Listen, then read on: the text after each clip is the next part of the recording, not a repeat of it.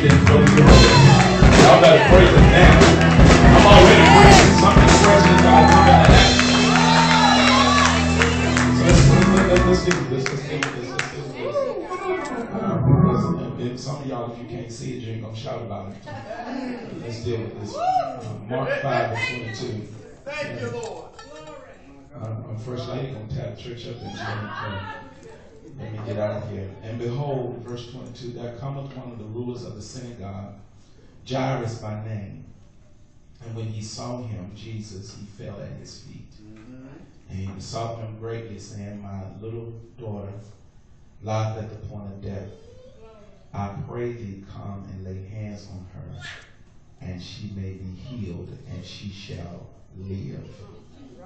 And Jesus went with him, and much people followed him and thronged him. He says, my daughter is dying, and you're the only one who can fix it. I want to talk very briefly on my faith demands your attention. All right. Come on now.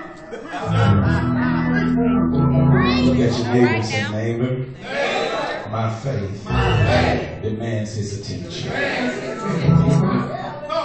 That's right. The question has to be today, what are you believing God for? To go deeper, the question has to be, what is it that you want God to do that's going to involve your faith? Whenever faith takes over, y'all catch this because I'm almost through preaching.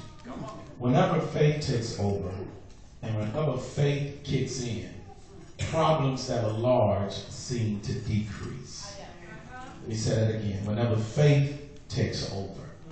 The problem in the church is we've gotten so focused on the facts that we put our faith on hold to deal with what we're dealing with.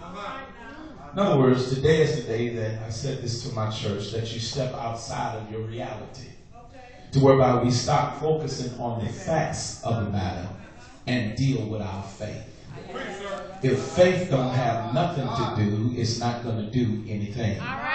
But when you put a demand that God now pays attention to your faith and not your facts, deliverance is then inevitable.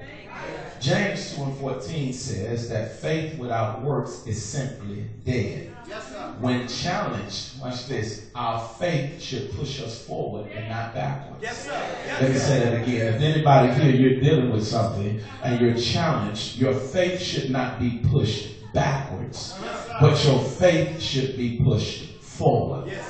Touch a neighbor while they sleep and say, you can make it through this. Faith talks like that. Amen. Faith make you say crazy stuff and you'll come to church broke and still give God praise. Faith will make you put facts out of the way and begin to make you deal with spiritual matters.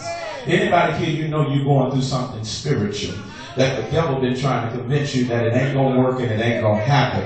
The Lord told me to release this word on the day that your faith will demand my attention. Not your crying, not your being upset, not your being frustrated, but your faith will demand my attention. Not how sad you are, not how depressed you are. And you should sit there looking all ugly at me. I ain't did nothing to you.